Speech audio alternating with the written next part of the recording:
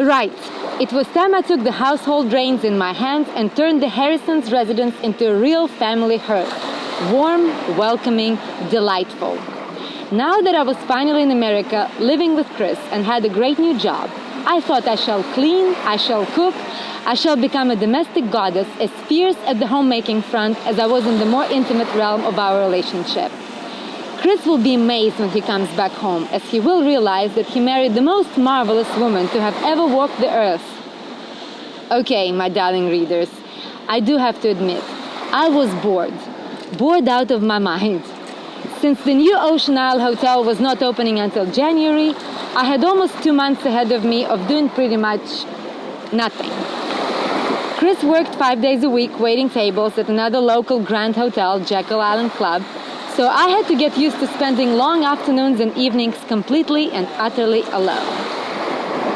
I didn't make any friends yet, apart from Susan. I didn't have my own phone, and the worst part was that I could not go anywhere. Apparently, there were no driving schools for adults in small American towns. Everyone learned to drive in high school, and if you happened to be a foreign chick from a large city where you were used to hopping into cabs and public buses, you were out of luck. Now I was not just stuck at home. What's going on? Oh, look, they arrived to listen to us. Yay! Princess Diaries wave. Yeah, everybody Princess wave. Princess wave. Like what? Okay, well, was I? Okay. Now I was not just stuck at home. I also had to get used to the looks people were giving me when I was telling them that I could not drive. Driving to Americans after the age of 16 is as natural as walking, and the possibility that a grown young woman was not capable of it meant that something must have been horribly wrong with her.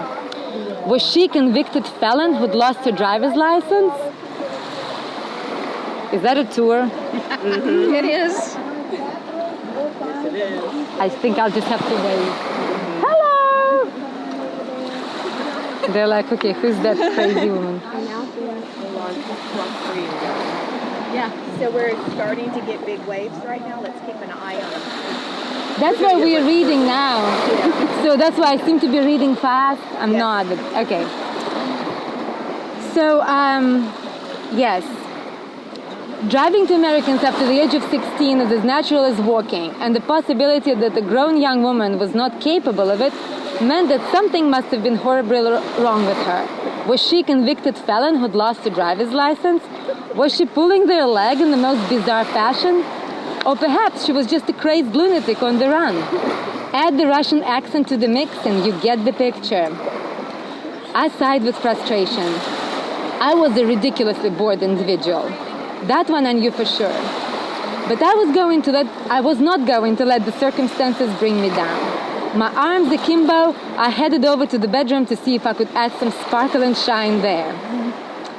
After a few minutes of looking around, I finally opened the drawer of our bedside dresser and gasped in horror. It was filled with heavily worn dark navy socks, all with holes in them.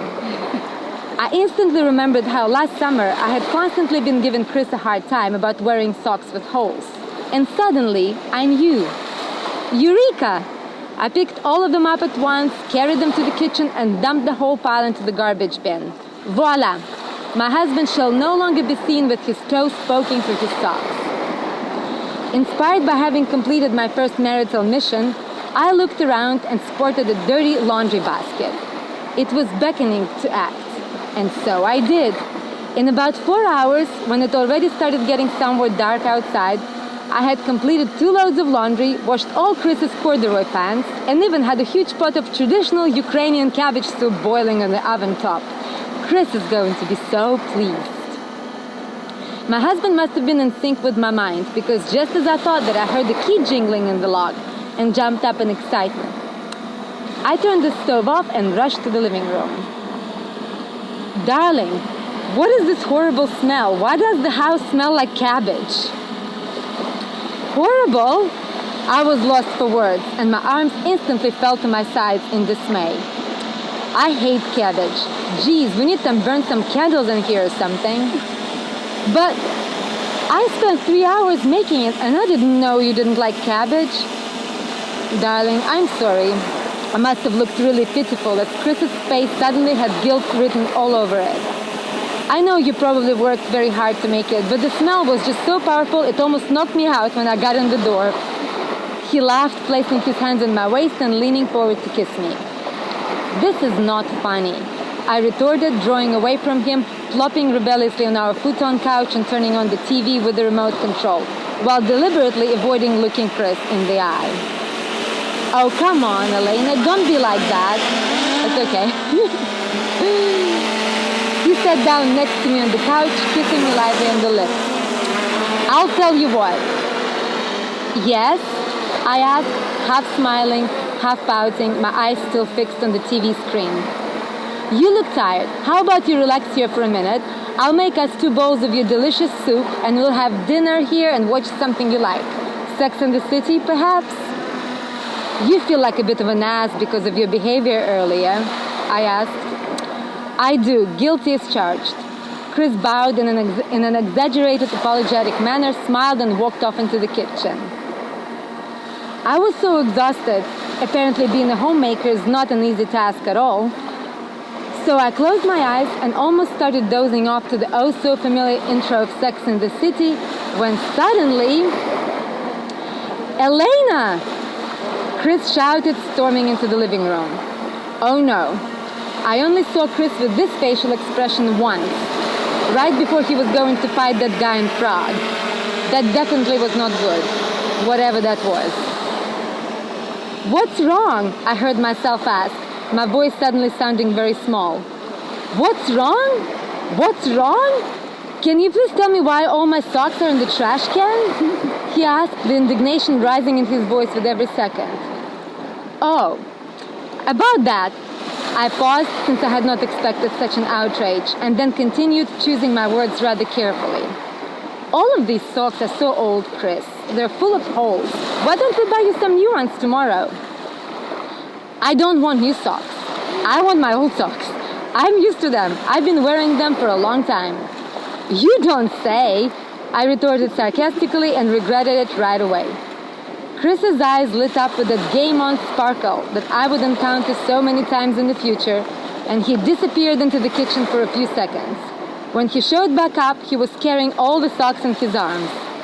As I looked on, dumbfounded, he victoriously went past me into the bedroom where I heard him open and close the dresser drawer. He then reappeared in the living room, standing in front of me like the god of war, and proudly announced, just because we're now living together does not mean that I am going to change. Chris, you just took some old socks with holes out of a trash can, I responded, not quite believing we were about to argue about something so trivial. It has nothing to do with changing who you are. It's just socks. They're my socks. I like them, and I will buy some new socks when I feel like it. You know what? You're being a total ass. I spent all day cooking and cleaning, and you have been nothing but mean to me ever since you got back. I cried out indignantly, almost ran through the kitchen towards the laundry closet, pulled the last load of the laundry I had done out of the dryer, and carried the heap back into the living room. Look, I've washed all your pants. They were so disgustingly dirty. Just see for yourself. This is what clean clothes looks like. I held one pair of Chris's corduroys up in front of his face and froze in utter horror. What the fuck, Elena? What the fuck have you done? Chris asked, his voice sounding ominously calm. Completely lost for words, I let my wretched body slide down onto the couch, still holding the pants up in front of me. As if in a bad dream, I watched my husband go through all the pairs of corduroys left on the coffee table, his face an epitome of flabbergasted shock, if there ever was one. What is this, Elena? He finally managed to say, lifting his eyes to meet mine. Did you bleach all of my corduroys? All right, pause there. Everybody wave. Ah. Good? Okay. I thought it was detergent. I sniveled, still refusing to believe this was happening. Can't you read or smell? Chris retorted. I'm sorry, I didn't mean to. I was just trying to make things better. You know what, Elena? Sometimes when things are already good, you just need to leave them alone. I said I'm sorry. I know you're sorry, but I now have no pants to wear, exclaimed Chris, his brow furrowed in indignation. Just because you're bored doesn't mean that you have to start going around and looking for things you can mess up. That's unfair. I stood up, clenching my fists. I left my family, my whole life, for you. I feel absolutely and utterly adrift. I'm so lonely, they should invent a new word to describe this level of loneliness. And you're not helping, not in the very least. And the Oscar goes to Lena Mikado Harrison for the best melodramatic actress. Thank you. They apparently agree. Yes! Chris coughed angrily before adding, I'm going to work on my music for a little bit. I'm not hungry anymore. As he disappeared in the computer room and closed the door, the space around me seemed to have closed in, and the TV set, paintings, and furniture were now swimming ruefully in the pool of tears that started forming in my eyes. I slowly put the pants down on the table and walked into the backyard. The air was warm and balmy, the moon was full, and some mysterious bird was singing its beautiful song, sounding so very lonely yet graceful in the inky darkness of the night. I slowly sat down in the chair and lit a cigarette, inhaling pensively and looking up into the vast and unknown expanse, all aglitter with silver stars. One hot tear rolled down my cheek, and I suddenly felt so ridiculous and out of place that I could not hold it anymore. I started to sob uncontrollably and silently, my forearms crossed on the table and my face pressed tightly against them. Out of the blue, a loud sound pierced through the velvet calm of the night. Startled, I got up and walked into the direction of the noise. It was Chris's cell phone, and the colorful display on it read therapy. Read what? It read therapy, so I'm going to Farrah. No, Farrah. Isn't there a faucet? I hate Tanner. So, But yeah, we're getting great, You're real we're close getting to there. Yeah. Almost. All right. Just as I thought, almost done. Go, do it. Great, just as I thought that this evening couldn't get any worse. My darling readers, if you have not yet read about my early adventures, or if you perhaps forgot who Farrah was, even though I seriously doubt it, let me backtrack a little. Farrah was Chris's best friend when we met.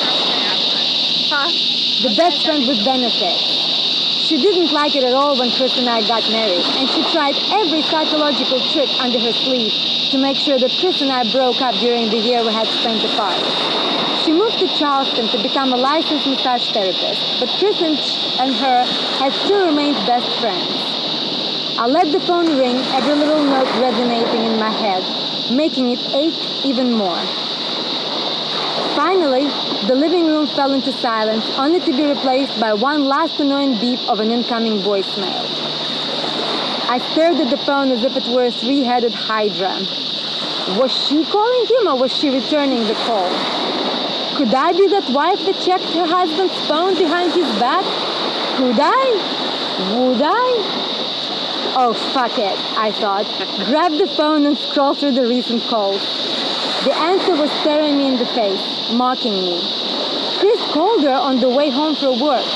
As I was here pretending to be a fucking Cinderella, he was calling Farrah to tell her all about his day. I slowly put the phone down where I found it and sat in a chair, peering into empty space. Perhaps all of that was not a dream at all. Perhaps all of that was just a horrible mistake.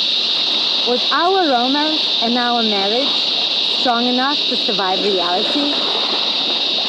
That's it. That's it. Well, we know the answer. We know it did. We know it did. I'm gonna